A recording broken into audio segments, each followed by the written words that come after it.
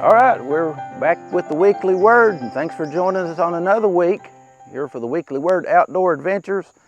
Always finding God in God's marvelous creation out here. We are still in Meigs County this week. If you watched last week, we were down the road just a little bit. We're right on the side of the Trail of Tears, and here's just an interesting monument that we ran across.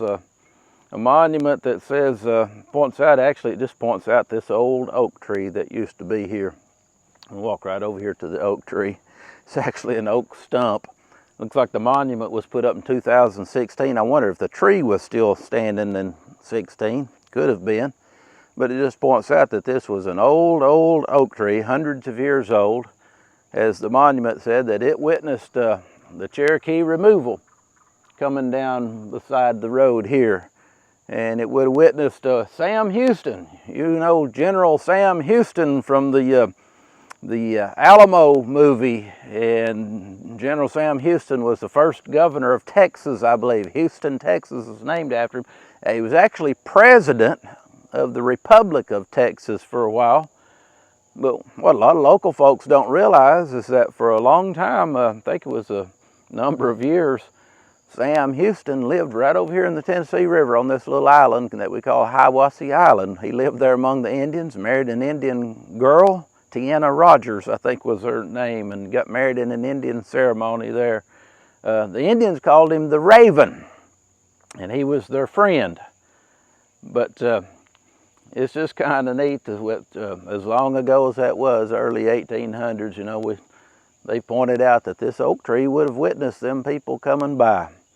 It's nice to find just reminders and monuments of our American heroes just right here among where we lived. And did you know the Bible does that? The Bible puts up monuments to our Bible heroes. Read Hebrews chapter 11, God's Hall of Fame, if you would, and it lists all the Old Testament heroes of the faith, and God honors that.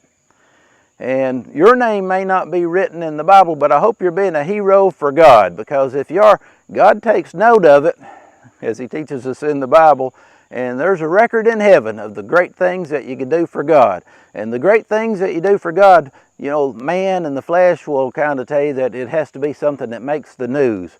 But if you just be kind to somebody, be a good Christian person, you know, God's making note of that, and you're being a hero for Him. It's the little everyday things that really add up in your witness for Christ.